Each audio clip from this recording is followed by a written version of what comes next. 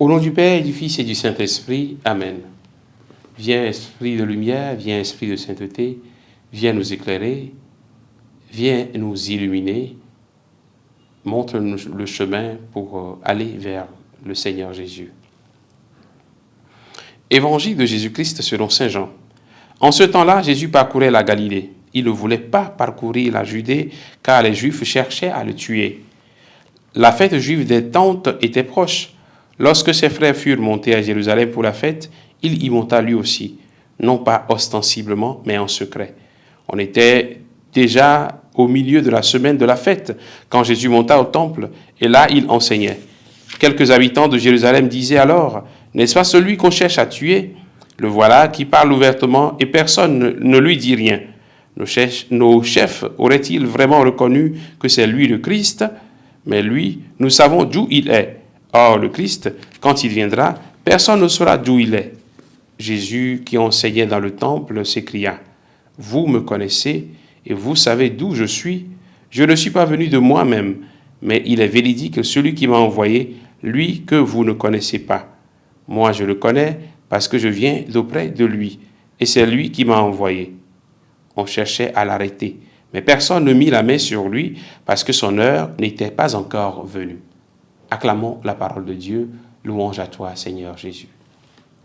Bien, chers frères et sœurs en Christ, nous sommes aujourd'hui le vendredi 4 avril et nous rendons grâce au Seigneur pour la vie qu'il nous donne et nous le bénissons pour le chemin qu'il fait avec nous durant ce temps de carême.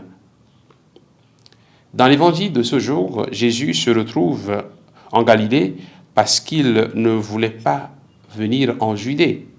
Il ne voulait pas être identifié parce qu'il sait que les Juifs veulent le tuer.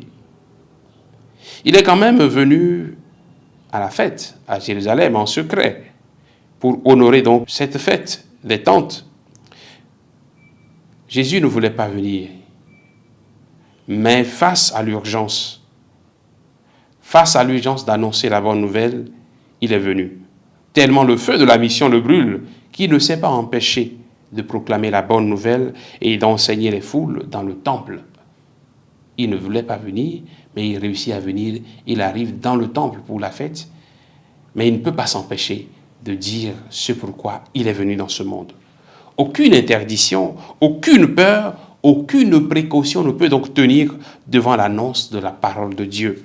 Jésus voulait rester discret à cette fête-là, mais devant l'urgence de l'annonce du royaume, il assume ses responsabilités, il parle ouvertement et devant tout le monde, et de surcroît dans le temple.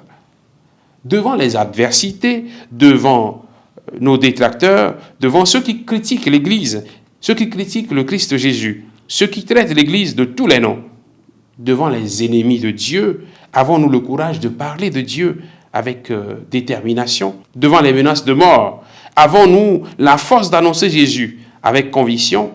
Comme l'ont fait les tout premiers chrétiens, certains d'entre eux ont dû verser leur sang pour annoncer Jésus. Que le Seigneur nous bénisse en ce jour, qui nous donne la force pour annoncer sa parole contre vents et marées. Qui nous bénisse et qui nous garde dans sa paix, au nom du Père et du Fils et du Saint-Esprit. Amen.